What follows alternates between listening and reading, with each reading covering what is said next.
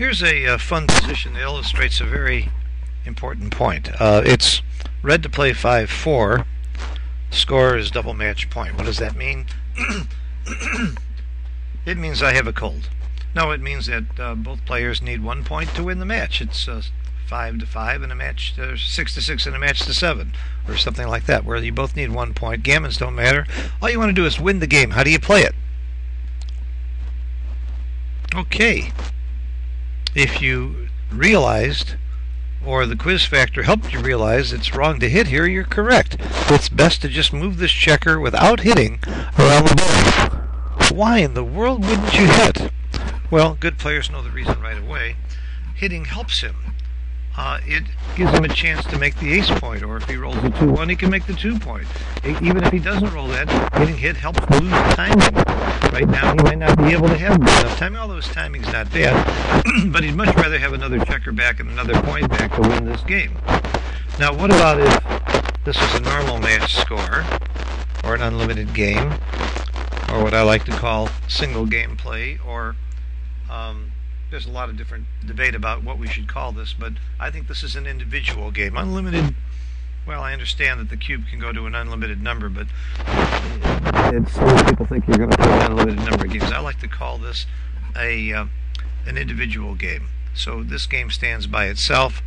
It would be pretty much the same play at 11 away, 11 away. Now you would hit. In fact, you win a lot more gammons when you hit. You've got a good reason to hit. As a matter of fact, if you hit, you'd hit both, because you don't want him to make the ace point. If you get hit back, no big deal. So you can see the play changes quite a bit of different scores.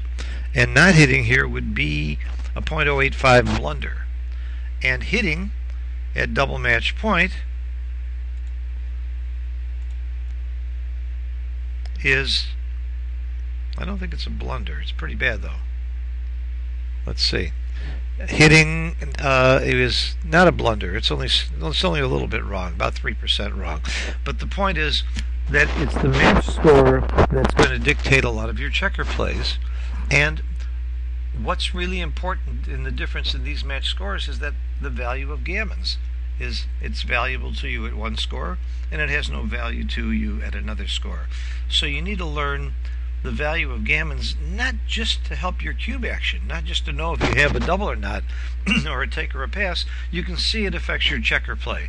And there's lots of scores in between 0 gammon value and a high gammon value, or as it is in an individual game, a 0.5 gammon value. So you really need to learn how the gammon value. So what I've done for myself and my students is I put together a chart that shows all of the values and all of the gammon values at every score. At 5 away, 5 away, with the cube at 1, here's the gammon value, 0.46, less than half. When the cube goes to 2, it goes actually to 0.655, but I've rounded it off to 0.66. And when the cube is on 4, gammons don't mean too much, because just winning a single game, winning 4 points in a 5-point match, is pretty good. So a gammon doesn't gain you that much more equity, so it's only worth about 0.23. Well, I know the gammon values at every one of these levels, at every one of these scores. I've memorized them all, and it's not because I'm a genius or great at memory or because I spent thousands of hours on these. I've sort of learned them as I go, one at a time. I keep this chart in front of me, and when I start a game, if I start the game at 3 away, 3 away, I know my gammon values. I also know my take points. I know that at 3 away, 3 away, I'm basically going to take the cube at around 25%. That's my live cube take point, and my dead cube take point is about 30%. I need to know both. So I'm memorizing my take points and my gammon values as I go by looking at the chart as I practice when I play at home. And anytime I don't know one or I can't remember what it is, I look it up. If I'm playing in a tournament, I can't use this chart, but I can certainly make a note to myself that, oh my goodness, it's 5 away, 3 away, and I'm losing, and I don't remember what his take point is. What's the leader's take point at 5 away, 3 away on the initial cube? I should be able to know this kind of stuff. So I can always look it up, and I can tell what the take points are at 3 away, 5 away, and I can tell what the take points, by the way, is between 19 and 21%. For the initial cube. So I can look it up later and learn these, and that's what makes you a better match player. There's a lot more going on then you realize in a match play, and that's why I like match plays so much more than I like individual games or unlimited games, and I'll use the dirty word money games. And thanks for watching, and I hope this inspires you to do a little bit more work and do a little bit more study so you can get these things right. Bye-bye.